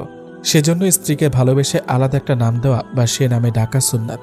ওকে স্বামীজান, আপনি আমাকে পাখি বলেই ডাকেন, আমিও আপনাকে ভালোবেসে স্বামীজান বলে ডাকবো ইনশাল্লাহ। পাখি, তোমার যেটা ভালো লাগে সেটা ডাকতে পারো। তুমি হলে আমার পাখি, সাফুরা পাখি। আমার সারা হৃদয় জুড়ে শুধু তুমি বিচরণ করো। আমার ভালোবাসা তোমার জন্য সারা জীবন এভাবেই থাকবে ইনশাল্লাহ। অনেক সম্পর্ক দেখেছি যেখানে নেই কোনো শান্তি, নেই কোনো সুখ, আছে শুধু শারীরিক এবং মানসিক যন্ত্রণা। এরকম অনেক দেখেছি বিয়ের আগে কতই না ভালোবাসা দুজনের মধ্যে, যেটাকে ইসলামের ভাষায় বলা হয় জেনা, কিন্তু বিয়ের পরেই শুরু হয় যন্ত্রণা। না পারে মরতে, না পারে বাঁচতে। আমাদের সমাজ এমন নিচে নেমে গেছে যে কি বলবো, ভাষায় প্রকাশ করা দায়। একটা ছেলে গ্রাজুয়েশন কমপ্লিট করতে করতে সে যদি বলে বিয়ে করব, তাহলে আমাদের সমাজ বলে এখনও বিয়ের বয়স হয়নি, লেখাপড়া শেষ কর, তারপর একটা জব করবি 3-4 বছর, তারপর টাকা পয়সা কামাই করে মা বাবাকে খাওয়াবি, তারপর বিয়ের কথা ভাবিস। বিয়ের কথা বললেই শুরু হয়ে যায় তাদের নানা অজুহাত। আর সে ছেলেটা যদি দিনের পর দিন ভালোবাসার নামে হারাম রিলেশনে ব্যস্ত থাকে, তাহলে তখন কোনো সমস্যা নেই। আসলে সেরকম কিছু জাতির জন্য আজ দুনিয়া থেকে দিন ইসলাম আস্তে আস্তে উঠে যাচ্ছে। সেজন্যই তো পৃথিবীতে জিনা ব্যভিচার বেড়ে গেছে, এবং দিনের পর দিন মা বোনদের ইজ্জত হানি এবং রেপ কেসের মামলা ক্রমশ বেড়ে চলেছে। তারপর নাইমও তার পাখিকে আলতো করে বুকের সাথে জড়িয়ে নিল। সাফুরা বলল, স্বামীজান, আপনি আমায় কতখানি ভালোবাসেন? পাখি, খুব সুন্দর একটা প্রশ্ন করেছ। আমি আল্লাহ, আল্লাহ রসুল এবং মা বাবার পরে যদি কাউকে বেশি ভালোবেসে থাকি সেটা হলে তুমি। আমি তোমাকে এতটা ভালোবাসি যে সেটা পৃথিবীর কোনো মিটার দিয়ে মাপতে পারবে না। তোমার প্রতি আমার ভালোবাসা এতটাই গভীর যে সেটা কেউ কোনোদিন পৌঁছাতে পারবে না। আর যদি কেউ সেই গভীরতাটা দেখতে চায় তাহলে সে শুধু নিচে যেতেই থাকবে, কিন্তু তার গন্তব্যে কোনোদিন পৌঁছাতে পারবে না। সত্যি আপনি আমাকে এতটা ভালোবাসেন পাখি। আল্লাহ যে আপনাকে আমার ঘরে পাঠিয়েছেন মন ভরে ভালোবাসার জন্য, সেখানে আমি আপনাকে কম ভালোবাসি কেমনে? অনেক করে ভালোবাসবো বলেই তো তাহাজ্জুদে এবং প্রতি সালাতের মোনাজাতে কান্নাকাটি করে আল্লাহর কাছে একজন দিনদার জীবন সঙ্গী চেয়েছিলাম, এবং আল্লাহ আমাকে সেরকম দিয়েছেন, আলহামদুলিল্লাহ। তাহলে তাকে ভালো না বেশে কোথায় যাব? তাই আমি আপনাকে অনেক অনেক বেশি ভালোবাসি প্রিয় পিচ্ছি বউ পাখি আমার। এতক্ষণ শুয়ে শুয়ে এসব কথা বলল নাইম। আচ্ছা স্বামীজান, এখন ওসব কথা বাদ দেন, আমাকে একটু আদর করেন। তারপর নাইম বলল, আহা গো, আমার পাখি আদর চাচ্ছে আমার কাছ থেকে। আমার পাখিটার কতখানি আদর লাগবে শুনি? আমার অনেক আদর লাগবে, হিসাব ছাড়া। আপনার সব আদর লাগবে আমার। আচ্ছা পাখি আমার, অনেক আদর করব আমার পাখিটাকে। এই বলে নাইম সাফুরাকে তার বুকের সাথে শক্ত করে জড়িয়ে নিল এবং কপালে গভীর চুমু এঁকে দিল। কিছুক্ষণ এভাবে থাকার পরে নাইম বলল, পাখি এবার ওঠো, আমার আবার চলে যেতে হবে কমিউনিটি সেন্টারে। ভাইয়া তো রাতে সেখানেই ছিল। রাতে ভাইয়া এবং আমার বন্ধুরা কেমন করলো সেটা দেখতে হবে। খাবারের আয়োজন কতদূর এগুলো সেটা পর্যবেক্ষণ করা লাগবে। আশা করি যেখানে আমার ভাইয়া আছে সেখানে কোনো গন্ডগোল হওয়ার সম্ভাবনা নেই। উনি একাই 100। সাফুরা বলল, আরেকটু আমাকে এইভাবে জড়িয়ে রাখেন না, আমার অনেক ভালো লেগেছে প্রিয় স্বামীর বুকের সাথে লেপ্টে থাকতে। সাফুরা বায়না করতে লাগলো। আমি ওকে সান্ত্বনা দিয়ে বললাম, আচ্ছা বাকি এখন ছেড়ে দাও, আজ থেকে প্রতিদিন রাতে আমার বুকের সাথে লেপ্টে থেকে ঘুমায়ও। ওকে, তাহলে আগে আমায় কথা দিন আপনি কোনোদিন আমাকে ছেড়ে যাবেন না, সারা জীবন আমায় আগলে রাখবেন আমার ছায়া হয়ে, প্রতিদিন আমাকে ভালোবাসবেন। ওকে পাখি, তোমাকে সারা জীবন এভাবেই আগলে রাখবো, ভালোবাসবো, ছেড়ে যাব না, যতদিন না আল্লাহ চান। আচ্ছা স্বামী যান, তাহলে আপনি যান। আচ্ছা পাখি, কোন জুব্বাটা পরবে একটু পছন্দ করে দাও তো। এই যে সুইট কালার জুব্বাটা পরেন, আপনাকে দারুণ মানাবে। আচ্ছা পাখি, তাহলে সেটাই পরবো। আর জুব্বাটা পরে একটু এদিকে আসেন, পাগড়িটা পরিয়ে দিই। আহ, কত সুখ আমার কপালে। আল্লাহ তোমাকে আমার জীবনে এনে দিয়ে সকল সুখ আল্লাহ আমার কপালে লিখে দিয়েছেন, আলহামদুলিল্লাহ। আমার সাফুরা পাখি আমায় পাগড়ি পরিয়ে দেবে। গো স্বামীজান, আপনাকে পাগড়ি পরিয়ে দেবে। আমার তো সে ছোট থেকে ইচ্ছে ছিল যে আমি আমার হুজুরকে মনের মতো করে সাজিয়ে দেব এবং সুন্দর করে পাগড়ি পরিয়ে দেব এবং সুগন্ধি আতর মাখিয়ে দেব। আচ্ছা পাখি, তাহলে তুমি আমাকে সুন্দর করে পরিপাটি করে দাও। আমার তো সুখের কোনো শেষ নেই। আসলে মানুষ যদি বুঝতো হালাল ভালোবাসায় কতটা শান্তি রয়েছে, তাহলে মানুষ যুগের পর যুগ পার করে দিত হালালের আশায়। মানুষ এখন আর হালাল এবং হারামের পার্থক্যটা কম বোঝে, যার ফলে তারা হারামের পেছনে আজীবন ছুটে চলে। হারামের অট্টালিকা বিলাসিতা থেকে হালালের একমুঠো সুখই উত্তম। কি বলো পাখি? স্বামীজান, একদম ঠিক কথাই বলেছেন। ইতোমধ্যে সাফুরা তার প্রিয়কে পাগড়ি পরালো এবং সুগন্ধি আতর লাগানো হয়ে গেছে। মাশাআল্লাহ, কি সুন্দরটাই না লাগছে। গায়ে পরিহিত সুইট কালারের জুব্বা, মাথায় পাগড়ি, হাতে একটা ঘড়ি, গায়ে সুগন্ধি আতর, সব মিলিয়ে এ যেন জান্নাতি রাজপুত্র। তার চেহারা থেকে এক টুকরো নূরের ঝলকানি দেখা যাচ্ছে। সাফুরা আদর করে তার স্বামীজানকে কপালে আলতো করে একটা চুমু এঁকে দিয়ে বলল, মাশাআল্লাহ, আমার স্বামীজানকে অনেক সুন্দর লাগছে, ঠিক যেমনটা আমি চেয়েছিলাম। এবার তারা একে অপরের চোখাচোখি হলো এবং সাফুরা বলল, স্বামীজান, আমি আবারও আপনার প্রতি মুগ্ধ হচ্ছি, আমি আবারও আপনার প্রেমে পড়ছি। স্বামীজান, আমার সাথে প্রেম করবেন? যে প্রেমে থাকবে না কোনো না পাওয়ার ভয়, যে প্রেমে থাকবে না কোনো হারামের ছোঁয়া, যে প্রেমে থাকবে না কোনো দুঃখ কষ্ট, যে প্রেমে থাকবে না আল্লাহর অভিশাপ, যে প্রেমে থাকবে শুধু আমার আল্লাহর রহমত এবং ভালোবাসা এবং আল্লাহর প্রতি আমাদের তাকওয়া, যে প্রেমে আল্লাহকে চিনতে শেখায়, যে প্রেমে আল্লাহকে পাওয়া যায়। বউ পাখি, তুমি এত সুন্দর করে কথা বলতে পারো, তা আমার জানা ছিল না। এই হুজুর তার প্রিয় হুজুরনিটার সাথে সারা জীবন প্রেম করতে চায়। পাখি, আপনি আমার হুজুরনি, হুজুরের প্রিয় হুজুরনি। হুজুরনি, আপনাকে আমি অনেক ভালোবাসি, সেজন্যই তো আপনি হুজুরের প্রিয় হুজুরনি। জান পাখি, আমি জান্নাতেও আপনাকে চাই। দুজন মিলে একের সাথে হাতে হাত রেখে জান্নাত পর্যন্ত যেতে চাই। ইয়া আল্লাহ, আমাদের ভালোবাসাকে আপনি কবুল করুন এবং দীর্ঘজীবী করুন, আমিন সুম্মা আমিন। আচ্ছা পাখি, এবার তাহলে আমাকে বিদায় দাও। ওকে চলেন স্বামীজান, আমিও নিচে যাব, দেখি সবাই কি করছে, ওনাদের কাজে একটু হাত লাগাই। তাই বলে তারা দুজন সিঁড়ি বেয়ে নিচে নামল। নাইমা ছুটে তাদের সামনে এলো এবং বলল, ভাইয়া, এত সাজুগুজু করে কোথায় যাও? বনু, কমিউনিটি সেন্টারে যাব। ভাইয়া তো কাল থেকে সেখানে, আমি গিয়ে ওনাকে বাসায় পাঠাবো, উনি একটু বিশ্রাম নিতে পারবে। আচ্ছা বনু, মামা কোথায়? ওহ, ও তো বিশ্রাম নিচ্ছে, জার্নি করে এসেছে, তাই মা বলল গিয়ে বিশ্রাম নিতে। ওকে, ও বিশ্রাম নিক, অনেক ক্লান্ত। আচ্ছা, মা কোথায়? আছে তো কিচেনে। সাফুরা বলল, আপনি একটু দাঁড়ান, আমি গিয়ে মাকে ডেকে আনি। তারপর সাফুরা গিয়ে সালাম দিল। ঝর্ণা বেগম সালামের জবাব দিয়ে বলল, রে মা, কিছু বলবি? মা, আপনার ছেলে বের হচ্ছে, তাই আপনাকে ডাকছে। ও এখন কোথায়? উনি সামনের বারান্দায় আছে। আচ্ছা চল গিয়ে দেখি কেন ডাকছে। এ বলে বউ শাশুড়ি দুজনেই বারান্দার দিকে হাঁটা দিল। নাইম বলল, মা, আমি বের হচ্ছি, একটু কমিউনিটি সেন্টারে যাব। আমার বাবা কোথায়? তোর বাবা তো কিছুক্ষণ আগেই চলে গেছে। আচ্ছা ঠিক আছে, তাহলে আমি গিয়ে ভাইয়াকে পাঠাবো ইনশাল্লাহ। আবার 10টার দিকে সব মাদ্রাসা থেকে হুজুর এবং ছাত্ররা আসবেন, যাদের যাদের দাওয়াত দেওয়া হয়ে গেছে। ওকে মা, আমি গেলাম তাহলে। আসসালামু আলাইকুম রহমতুল্লাহ। ওয়ালাইকুম আসসালাম রহমতুল্লাহ। সাবধানে যাস বাবা, ফি আমানিল্লাহ। আসসালামু আলাইকুম রহমতুল্লাহ। কেমন আছেন বন্ধুরা? আশা করি আল্লাহর দয়া ও অশেষ রহমতে আপনারা সকলে ভালো আছেন। আপনাদের ভালোবাসা পেয়ে খুব শীঘ্রই নিয়ে এলাম হুজুরের প্রিয় হুজুরনি গল্পের সিজন 2। গল্পটি ভালো লাগলে চ্যানেলটি সাবস্ক্রাইব করে, লাইক, কমেন্ট করে, শেয়ার করে আমাদের পাশে থাকবেন। একদিনই ভাই জিজ্ঞেস করেছিলেন ইস্তেখারার নামাজ কেমনে পড়তে হয়। তো ভাইয়া, আপনার প্রশ্নের জবাব দেওয়ার চেষ্টা করছি। আশা করি ধৈর্য সহকারে পুরো গল্পটা শুনবেন, তাহলে আপনার উত্তর পেয়ে যাবেন। আরেকটা কথা, আপনাদের ভালোবাসায় হুজুরের প্রিয় হুজুরনি গল্পের প্রথম পর্ব 5 দিনের মধ্যে 20,000 মানুষ দেখেছেন। আলহামদুলিল্লাহ। সবসময় এমন ভালোবাসা দিয়ে পাশে থাকবেন। তো বেশি দেরি না করে চলুন মূল গল্পে যাওয়া যাক। বউ পাখি, আনা উহিব্বুকা ফিল্লাহ। স্বামীজান, আমিও। আনা উহিব্বুকা ফিল্লাহ এর অর্থ হলো আমি আপনাকে আল্লাহর জন্য ভালোবাসি। তো বউ পাখি, চলো কিছুক্ষণ ঘুমিয়ে নেই, কাল আবার অনেক বেশি ধকল যাবে সবার উপরে। এই সুযোগে একটু না ঘুমালে কালকে আবার হেঁটে হেঁটে ঘুমাতে হবে। ওকে স্বামীজান, আপনাকে আরেকটা কথা বলার ছিল। এই বলে সাফুরা একটু ইতস্তত বোধ করতে লাগলো। বলো বউ পাখি, কি কথা বলতে চাও? আসলে আজকে তো আমাদের নতুন জীবনের প্রথম দিন। এই দিনটিকে নিয়ে আমার আরও একটা স্বপ্ন আছে। স্বপ্নটা হলো বিয়ের প্রথম রাতে আমরা দুজন একই সাথে তাহাজ্জুদ সালাত আদায় করব এবং আল্লাহর কাছে শুকরিয়া আদায় করব।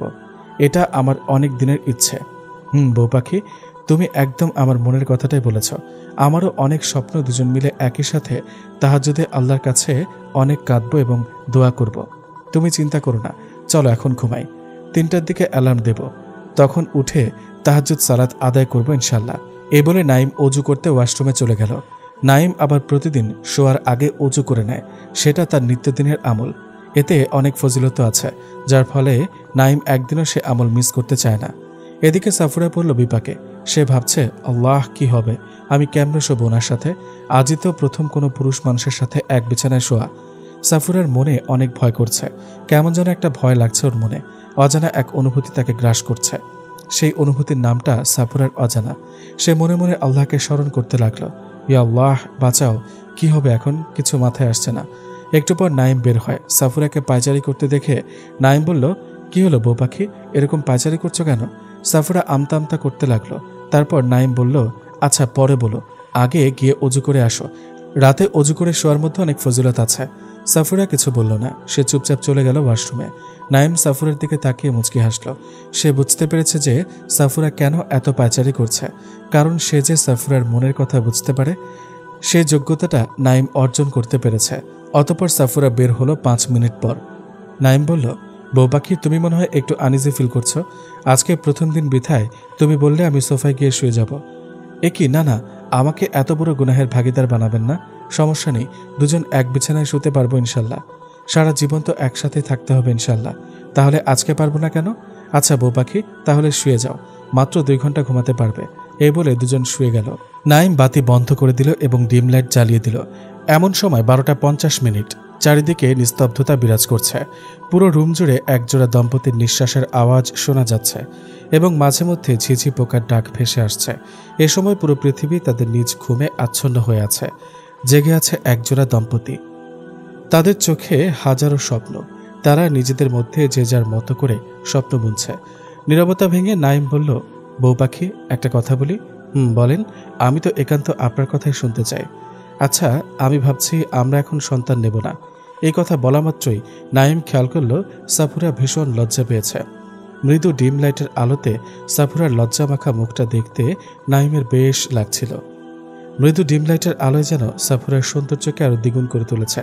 সাফুরা লজ্জায় গুটিসুটি হয়ে গেছে। সাফুরা নাইমের মুখ থেকে মোটেও এই কথাটা আশা করেনি, যার ফলে হঠাৎ বলাতে সাফুরা অনেকটা লজ্জা পেল। নাইম তো অপলক দৃষ্টিতে সাফুরার পানে চেয়ে রইল। একটু পর নাইমের হুঁশ এলো। নাইম আবার বলল, কারণ তোমার লেখাপড়া এখনো শেষ হয়নি। 2 মাস পর তোমার ফাইনাল পরীক্ষা, তারপর তুমি দাওরায়ে হাদিস পড়বা, তখন তো মাদ্রাসায় থাকতে হবে। আর তাছাড়া আমারও লেখাপড়া কিছু বাকি আছে, সেজন্য সব দিক বিবেচনা করেই এই সিদ্ধান্তটা নিলাম। এখন এতে তোমার মতামতটা জরুরি। সাফুরা কি বলবে বুঝে আসছে না। এই মুহূর্তে তার মাথা কাজ করা বন্ধ করে দিচ্ছে, যার ফলে সে কি বলবে তা আয়ত্তে আনতে পারছে না। সাফুরা আমতা আমতা করতে লাগলো। নাইম বলল, আমি কিন্তু তোমাকে প্রথমেই বলে দিয়েছি যে আমি তোমার স্বামী হওয়ার আগে তোমার বন্ধু হতে চাই। সেটা এজন্যই বলেছে কারণ দুজন দুজনাকে সব কথা যেন নির্দ্বিধায় বলতে পারি। এতে আমাদের দুজনের পক্ষে যে কোনো সিদ্ধান্ত নিতে সহজ হবে ইনশাল্লাহ। সে তুলনায় বোঝা যায় তুমি মনে হয় আমাকে বন্ধু বানাতে পারো নাই। সাফুরা বলল, না না, সেরকম কিছু না, আসলে একটু নার্ভাস ফিল করছি। সমস্যা নেই, তুমি আমাকে বলতে পারো। আচ্ছা, একটা কথা ভেবে দেখো যে আল্লাহ চাইলে আমরা সারা জীবন একসঙ্গে বাঁচব এবং একই সঙ্গে মরব। তো এর মাঝে যে সময়টুকু আমরা একসাথে বাঁচব সেটা তো একজন অপরজনকে বুঝে শুনেই বাঁচতে হবে, তাই না? তাই জান পাখি, আজকে থেকে আমাকে কথা দাও, আমরা আগে বন্ধু হব, তারপর স্বামী স্ত্রী। সাফুরা বলল, আচ্ছা, আজকে থেকে আপনি যেমন বলবেন তেমনটাই হবে ইনশাল্লাহ। আগে আমার লেখাপড়াটা শেষ করতে হবে ইনশাল্লাহ। জানেন, আমার না ছোট থেকে হাফেজা এবং আলেম হওয়ার অনেক ইচ্ছা ছিল। হাফেজা হয়েছে আলহামদুলিল্লাহ। এবার আল্লাহ চাইলে আলেমও হব ইনশাল্লাহ এবং আপনাকে হাফেজ বানাবো ইনশাল্লাহ। রেডি থাকেন স্বামীজান, আপনার কাছ থেকে সবক শোনার মানুষ চলে এসেছে ইনশাল্লাহ। জান পাখি, তোমার আশাটা অবশ্যই পূরণ হবে। আমরা স্বামী স্ত্রী উভয় হাফেজ হাফেজা এবং আলেম আলেমা। এ বলে নাইম মুচকি হাসল। বউ পাখি, তোমার জন্য বড় বড় আরও 2টা সারপ্রাইজ আছে। ঠিক সময় হলে সেগুলো তোমার চোখের সামনে আসবে ইনশাল্লাহ। 2টো থেকে একটা হলো একান্ত তোমার জন্য এবং অন্যটা তুমি এবং তোমার পরিবার পরিজনের জন্য। আচ্ছা পাখি, তাহলে এবার ঘুমাও। অতঃপর তারা দুজন ঘুমানোর পূর্বের আমলসমূহ আদায় করে চোখ বন্ধ করল। সাফুরা এপাশ ওপাশ করতে লাগলো। নাইম বলে উঠল, আমার বউটার বুঝি ঘুম আসছে না? আসলে হঠাৎ জায়গা পরিবর্তন হলো তো, তাই ঘুম আসছে না। আমারও ঘুম আসছে না বউ পাখি, কিছু একটা যেন শূন্যতা অনুভব করছি। আজকে হঠাৎ কি হলো কি জানি, বুকটা কেমন খালি খালি লাগছে, চোখ থেকে ঘুমও উধাও হয়ে গেছে। সত্যি তো, পাশে একটা পরি থাকলে খালি বুকে ঘুমানো যায় নাকি? এতদিন না হয় কেউ ছিল না, তাই যে কোনো রকম মনকে বুঝ দিয়েছি। মনও বাধ্য ছেলের ন্যায় মেনে নিয়েছে। কিন্তু আজও তো কেউ একজন আছে, তাহলে কেমনে বুঝাবো মনকে? মন যে আর মানছে না, সে যে আর খালি থাকতে চায় না, সে তো খুব করে চাইছে যে তার উপর কেউ একজন মাথা রাখুক। এসব কথা এতক্ষণ যাবৎ নাইম সাফুরাকে উদ্দেশ্য করে বলল। সাফুরা তার স্বামীর ইঙ্গিত বুঝতে পেরে মুচকি হেসে নাইমের কাছে চলে এলো। নাইমও তার স্ত্রীকে কাছে পেয়ে শক্ত করে বুকের সঙ্গে জড়িয়ে নিল। এবার দুজনেই ঘুমের দেশে তলিয়ে গেল। 3টার দিকে অ্যালার্ম বাজতেই সাফুরা উঠে চোখ খুলল। তারপর চোখ কচলাতে কচলাতে ওর সামনের দিকে তাকালো। দেখতে পেল একটা নিষ্পাপ চেহারা, চোখ জোড়া বন্ধ, মুখপানে অদ্ভুত এক নূর ঝলকাচ্ছে। সাফুরা কিছুক্ষণের জন্য থমকে যায়। অপলক দৃষ্টিতে সে তার প্রিয়তমকে দেখছে, যেন ওর সাথে সাথে সময়টাও থমকে গেছে। এই চেহারায় অদ্ভুত এক মায়া, যেন সে মায়াতে সাফুরা কিছুক্ষণের জন্য ডুবে গিয়েছিল। এই ঘুমন্ত অবস্থায় চেহারায় যেন হাসিটা স্পষ্টভাবে প্রকাশ পাচ্ছে। পুরুষ মানুষ যে এত সুন্দর হয় তা সাফুরার জানা ছিল না। অবশ্য না জানাটাই স্বাভাবিক, কারণ সে কোনো পুরুষের দিকে কখনো ইচ্ছাকৃতভাবে তাকায়নি। তাই তো চাপদারি এবং ঘন কালো বাবরি চুলের এই মানুষটিকে সে চোখে হারায়। তাই তো এই চেহারার দিকে তাকিয়ে যেন সাফুরা যুগের পর যুগ কাটিয়ে দিতে পারবে অনায়াসে। এই পুরুষটিকে তো সাফুরা নিজের চেয়েও বেশি ভালোবাসে। আসলে এই পুরুষটির চেহারায় এবং কথায় জাদু আছে বলতে হবে। যে কেউ ওনার সাথে ওনার মতো করে মিশবে, সে এই মানুষটিকে ভালোবাসতে বাধ্য হবে, সে পুরুষ হোক কিংবা নারী। ঘুমন্ত অবস্থায় তার মুখটা আরো মায়াবী হয়ে গেছে। সাফুরার এখন চিৎকার করে বলতে ইচ্ছে করছে যে, স্বামীজান, আমি আপনাকে অসম্ভব ভালোবাসি, আপনি শুধু আমার, একান্তই আমার। সে যেন পৃথিবীবাসীকে জানিয়ে দিতে চায় যে এই পুরুষটি শুধু তার। কেউ যেন কখনো এই পুরুষটিকে তার কাছ থেকে দূরে সরিয়ে দেওয়ার দুঃসাহস না করে। এতক্ষণ যাবৎ সাফুরা তার প্রিয় স্বামীর মুখপানে তাকিয়ে এসব কথা ভাবছে। আচমকা নাইম চোখ খুলে তাকায়। সাফুরার সাথে সাথে থতমত খেয়ে যায়, একটু লজ্জাও পায় সে। নাইম ভ্রু কুঁচকে বলল, চুরি করে এভাবে অপলক দৃষ্টিতে তাকিয়ে থাকা অন্যায় নয় কি? সাফুরা আমতা আমতা করতে লাগলো। না, মানে এমনি দেখছিলাম। সাফুরা লজ্জিত কণ্ঠে নিচু স্বরে বলল, ঘুমন্ত অবস্থায় আপনার মুখখানা এত মায়াবী দেখাচ্ছিল যে আপনাকে না দেখে পারলাম না। ওমা, তাই নাকি পাখি? আজ পর্যন্ত আমাকে এমন করে কেউ বলেনি গো বউ পাখি। আর তোমায় কে বলেছে যে আমি ঘুমিয়েছিলাম? মানে, আপনার কথা আমি বুঝি নাই। মানেটা খুব সোজা। আসলে আমি তোমার আগেই ঘুম থেকে উঠেছি। তারপর তুমি যখন উঠতেছ ঠিক তখনই আমি আবার ঘুমের ভান ধরি। মনে মনে বললাম, দেখি আমার পাখিটা আমার ঘুমের সুযোগটা নিতে পারে কিনা। দেখতে চেয়েছিলাম তুমি কি করো। সাফুরা সামান্য রাগী ভাব নিয়ে বলল, কি? তার মানে আপনি আমার সাথে চিটারি করেছেন? আরে এইটাতে চিটারি কই আছে? তো চিটারি না? আপনি আগে ঘুম থেকে উঠলেন, কিন্তু আপনি না উঠে ঘুমের ভান করলেন, এটা কি ঠিক? ওমা, আজকে যদি আমি উঠে যেতাম তাহলে তো কেউ একজন আমাকে এত কাছ থেকে দেখতে পেত না। আচ্ছা, ওসব কথা বাদ দেন, চলেন এখন তাহাজ্জুদ সালাত আদায় করবো ইনশাল্লাহ। জো হুকুম মহারানী, চলেন সময়টা নষ্ট না করে রবকে ডাকি। সাফুরা বলল, তাহলে এখনো শুয়ে আছেন যে? এমন সুন্দর একটা বউ থাকতে নিজে নিজে উঠতে মন চায় নাকি? আচ্ছা জান পাখি, আমাকে একটু টেনে তুলেন তো। অতঃপর সাফুরা হাত বাড়িয়ে দিল নাইমের দিকে। নাইম সাফুরার হাতটা শক্ত করে ধরল। তারপর যেই না উঠতে যাবে অমনি নাইমের শরীরের ভার সামলাতে না পেরে সাফুরা সোজা নাইমের বুকের উপর এসে পড়ল। ঘটনাটি আচমকা হওয়াতে সাফুরা থ হয়ে গেল। দুইজনের চোখাচোখি হতে দুজন কিছু সময়ের জন্য একে অপরের দিকে তাকিয়ে রইল পলকহীন চোখে। একটু পর নাইম বলল যে, এই যে বউ পাখি, শুধু কি এরকম করে ভালোবাসবেন নাকি উঠতে দেবেন? সালাত আদায় করতে হবে তো। সাফুরা লজ্জা পেয়ে তড়িঘড়ি করে উঠে গেল। তারপর দৌড়ে ওয়াশরুমে চলে গেল। সাফুরার চলে যাওয়ার দিকে তাকিয়ে মুচকি হাসল নাইম। 10 মিনিট পর সাফুরা ফ্রেশ হয়ে আসলে নাইমও গিয়ে ফ্রেশ হয়ে নেয়। তারপর দুজন দাঁড়িয়ে গেল আল্লাহর সাথে কথা বলার উদ্দেশ্যে। নাইম, ইমাম এবং সাফুরা তার পেছনে সালাত আদায় করছে। সত্যি দৃশ্যটা দেখার মতো ছিল। দুজন দম্পতি তাদের জীবনকে জান্নাতের জন্য কাজে লাগাচ্ছে। আল্লাহকে রাজি খুশি করার উদ্দেশ্যে তারা নিজেদের ঘুম বিসর্জন দিয়েছে। মানুষ যখন নাকি সালাত আদায় করে তখন নাকি স্বয়ং আল্লাহর সাথে কথা বলে। আলহামদুলিল্লাহ, আমরা মুসলিম হিসেবে অনেক গর্বিত। আমরা আমাদের রবের সাথে কথা বলতে পারি। তাহাজ্জুদ সালাতের ফজিলত অপরিসীম। যেমন রাতের 3 ভাগের শেষ তৃতীয়াংশে নাকি আল্লাহ তাআলা শেষ আসমানে চলে আসে এবং বলে, বান্দা তোমরা কে কোথায় আছো? আমাকে ডাকো, আমি তোমাদের ডাকে সাড়া দেব। তোমরা আমার কাছ থেকে তোমাদের হায়াত চাও, তোমাদের রিজিক চাও, আমি তোমাদেরকে দেব। আমার কাছ থেকে গুনাহ ক্ষমা চাও, আমি গুনাহসমূহ ক্ষমা করে দেব। বান্দা আল্লাহর কাছে সে সময় যেটা প্রার্থনা করে আল্লাহ তার প্রিয় বান্দাকে তা দান করে থাকেন নিঃসন্দেহে। আল্লাহ রহিম, রহমান, গফফার, সত্তার, মালিক, খালিক এই নামগুলো কি এমনি এমনি হয়েছে? না, এমনি এমনি হয়নি। আল্লাহ যেটা বলেন সেটা অবশ্যই করেন। অবশেষে দুজনেই সালাত শেষ করে আল্লাহর নিকট কিছুক্ষণ কান্নাকাটি করে দোয়া চাইল। সাফুরা বলল, ইয়া রব, ইয়া মালিক, আপনি আপনার বান্দা বান্দিনীর মনের সকল আশা আকাঙ্ক্ষা সম্পর্কে সম্পূর্ণ অবগত। ইয়া আল্লাহ, আপনার ইচ্ছে হয়েছে বলে আজ আমরা একে অপরের ভালোবাসার বন্ধনে আবদ্ধ হতে পেরেছি। আপনি তো সবকিছু জানেন। আপনি আমার মনের সকল আশা আকাঙ্ক্ষা পূরণ করে দিন। আমার স্বামীকে আমার জন্য কল্যাণকর বানিয়ে দিন। আমাকেও আমার স্বামীর জন্য কল্যাণকর বানিয়ে দিন। আপনি তো রহিম, আপনি রহমান, আপনি আমাদের মালিক। আপনার কাছে ভিক্ষা চাইছি মালিক। আপনি আমার পরিবারকে সকল বালা মুসিবত থেকে হেফাজত করুন। আমার শ্বশুর শাশুড়িকে নেক হায়াত দান করুন। আমি যেন সবসময় আমার স্বামী এবং শ্বশুর শাশুড়ির খেদমতে সদা নিজেকে নিয়োজিত রাখতে পারি, সেই তৌফিক দিন। ইয়া আল্লাহ, আমার এবং আমার স্বামীর সকল গুনাহগাতা মাফ করে দিন। আপনার কাছে তো ভিক্ষা চাইব মালিক। আপনি ছাড়া যে আপনার এই গুনাহগার বান্দিনীর আর কেউ নেই। ইয়া আল্লাহ, আপনি আমার স্বামীকে নেক হায়াত দান করুন। এরকম আরও কিছুক্ষণ আল্লাহর কাছে দোয়া করতে লাগলো। দোয়া শেষ করে বসলো দুজন। একটু পর আজানের সুমধুর সুর ভেসে আসতেই নাইম চলে গেল মসজিদে। নাইম নামাজে যাওয়ার সময় সাফুরার কপালে আলতো করে তার ভালোবাসার পরশ এঁকে দিল। এতে সাফুরা অনেকটা খুশি হলো। সাফুরাও মুচকি হেসে তার প্রিয় স্বামীর কপালে অতি যত্ন সহকারে একটি চুমু এঁকে দিল। সাফুরার এইটা ভেবে ভালো লাগলো যে তার স্বামী প্রিয় নবী হজরত মুহাম্মদ মুস্তাফা সাল্লাল্লাহু আলাইহি সাল্লামের সুন্নাহ সমূহ অতি মাধুর্যের সাথে আদায় করে। একজন নারী তার ভালোবাসার মানুষের কাছ থেকে এর থেকে বেশি আর কি বা আশা করতে পারে?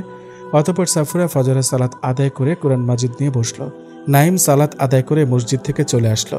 দরজার কাছে আসতেই তার পা জোড়া আপনা আপনি থেমে গেল। অস্পষ্ট স্বরে বলে ফেলল, মাশাআল্লাহ, কি সুমধুর তেলাওয়াত।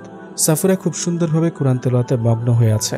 নাইম যে কখন এসে দরজার কাছে দাঁড়িয়েছে তা সাফুরার দৃষ্টিগোচর হলো না। সে এক মন এক ধ্যানে কোরআন তেলাওয়াতে ব্যস্ত। নাইম অত্যন্ত মনোযোগ সহকারে সাফুরার তেলাওয়াত শুনছে। একটু পর সাফুরা কারো উপস্থিতি টের পেয়ে তেলাওয়াত বন্ধ করে দরজার দিকে তাকালো।